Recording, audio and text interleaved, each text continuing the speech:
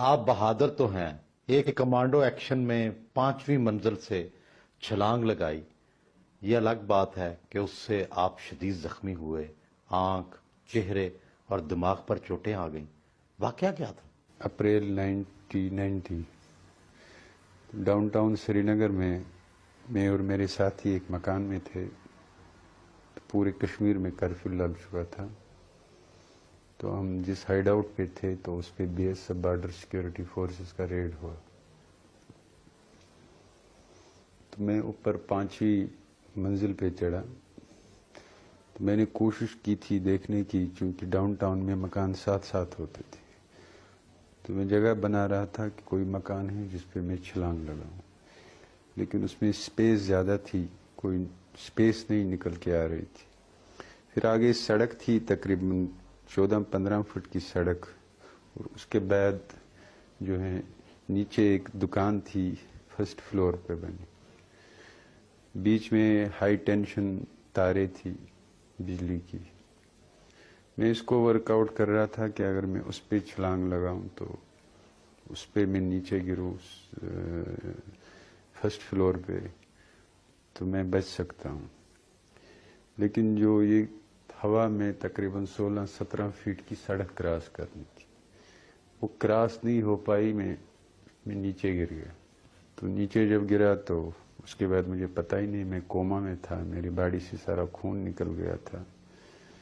وہ ہاسپٹل لے گئے، انہوں نے وہاں ڈیڈ باڈی چھوڑ دی، لیکن گورنمنٹ نے بھی اعلان کیا میری ڈیتھ کا، اور دنیا میں ساری الیکٹرانک میڈیا نے، کیونکہ ہر ڈاکٹر کا اوپینین تھا کہ یہ نہیں بچ سکتا ہے، but it was a God's miracle کہ میں بچ گیا۔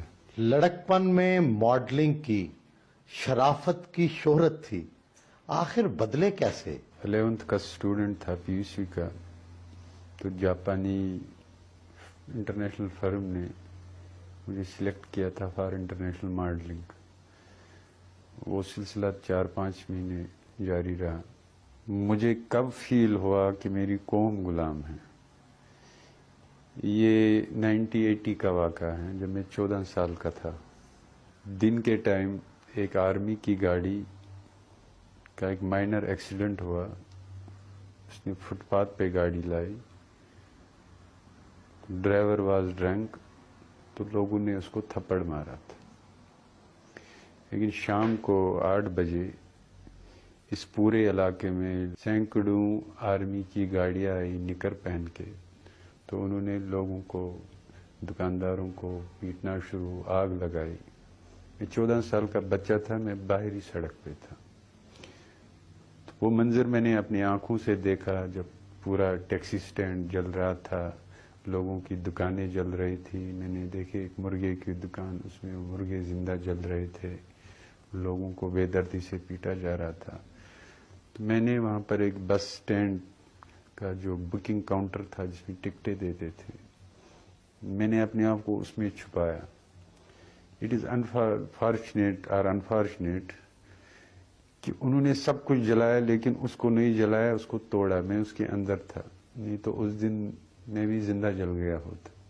اس دن میں کنوینس ہو گیا کہ ہم غلام ہیں، اور وہ میموری میرے ساتھ رہی پھر جب تک میں 1985 تک میری شعور بڑھ گیا، and I start participating in the activities of liberation movement.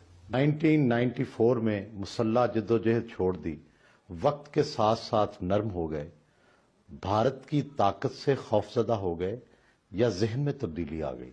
اگر اس میں خوفزدگی کا عنصر ہوتا تو جو 94 کے بعد میرے اوپر گزرا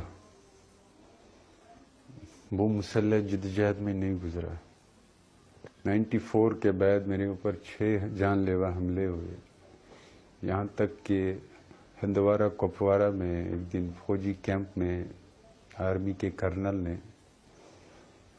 مجھے الف ننگا رکھ کے، یہ 98 کی بات ہے، کہ جو میری حالت وہاں پر ہوئی کہ سب لوگوں کو پتا تھا کہ یہ شہید ہو چکا ہے۔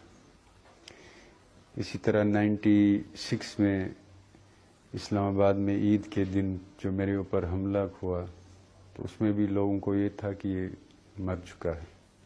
ابھی 1.5 مہینے پہلے جموں سینٹرل جیل میں پبلک سیفٹی ایکٹ کے تحت، اور اس میں بھی میں رات کو جب بیمار ہوا تو مجھے دلی ہاسپٹل تو مشکل سے میں بچ، کیونکہ میرا اپینڈیسائڈ ریپچر ہو گیا تھا، اندر ہی میری پوری جسم میں پوائزن پھیل گیا تھا۔ میں خدا کا شکر ادا کرتا ہوں جو میں نے پیشنس دکھائی، I was able to defeat Indian state politically, morally and spiritually.